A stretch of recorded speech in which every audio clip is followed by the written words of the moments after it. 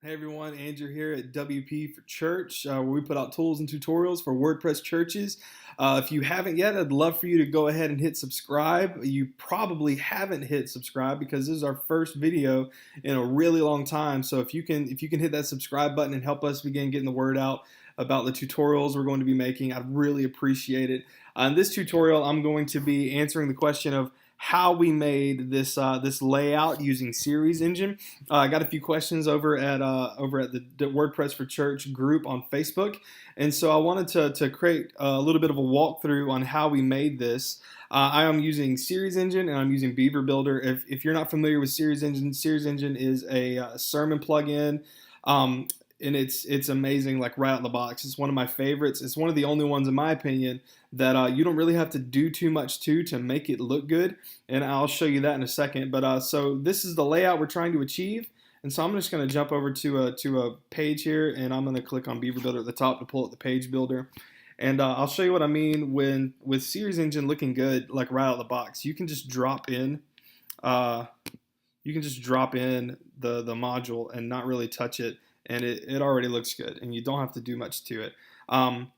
So what we're trying to do is not really just make like a media page. We're more trying to make a place on your homepage or some other place on your website that highlights your latest sermon and creates a call to action for people to view more sermons. And so I'm going to go ahead and drag this back to 50.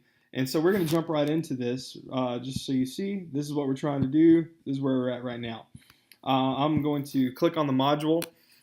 This doesn't just have to be with Beaver Builder either. I think Eric has made Series Engine modules for Divi, maybe for Elementor. I'm not sure, but you don't really even need the module. You can do this with just dropping in the shortcode link that you can get on the back end using Series Engine.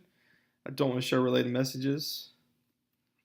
I'm going to go ahead and make all these 0, 0. So this is what we have so far.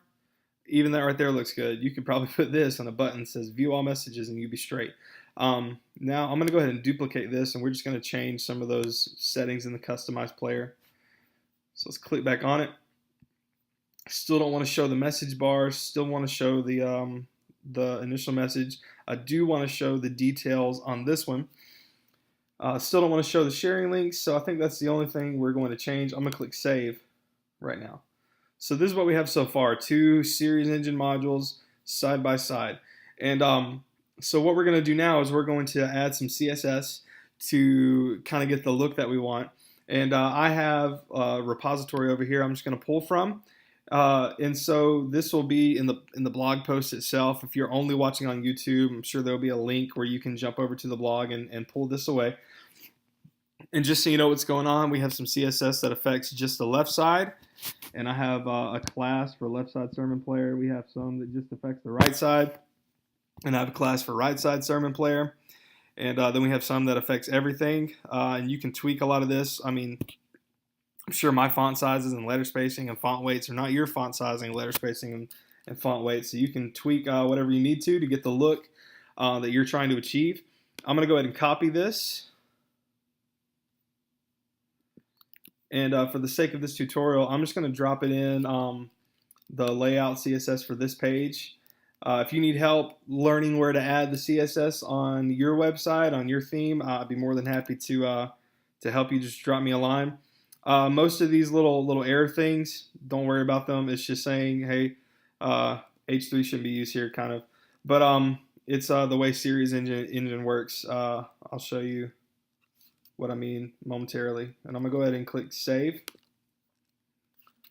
And so not a whole lot changed right here. You can see that this stuff moved over, and this description down here went to the left, but that's about it. And so that's because we need to apply these classes I have for the different columns.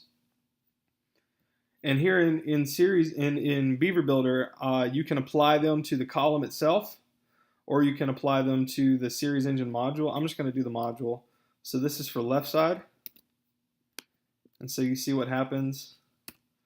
This takes away the speaker, the date, and the title up here. and I'm going to click save. And then I'm going to come over here on this side. Pull it over so you can see better. And I'm going to just paste that in. Obviously, I'm going to change left to right. And you can see what that did. That did a lot, right? Then we took away the video player, took away the series name, and I'm going to click save here as well. And the last thing I'm going to do right here is I'm going to add a button. I have a button saved, so for time's sake, you know, I'm just going to drop a button in. View messages. I don't know why I'm going through all the link stuff.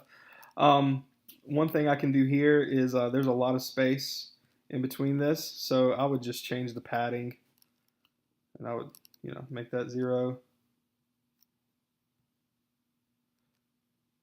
Make this padding 0, just to bring it a little closer. I like that better. And the last thing you'll see is this is centered, obviously, and so we're going to. I love that Beaver Builder does this. It equalizes column heights, and you can center the column heights. And I'm going to click save there. And lastly, I'm just going to pull this video to make it a little bigger. And that is my layout, and those look pretty similar. I guess you could, you know, go drop in a heading at the top.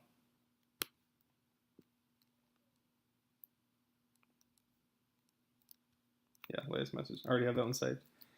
And so we made that layout with 2 series engine modules, a button module, a little heading module at the top, and a little bit of CSS.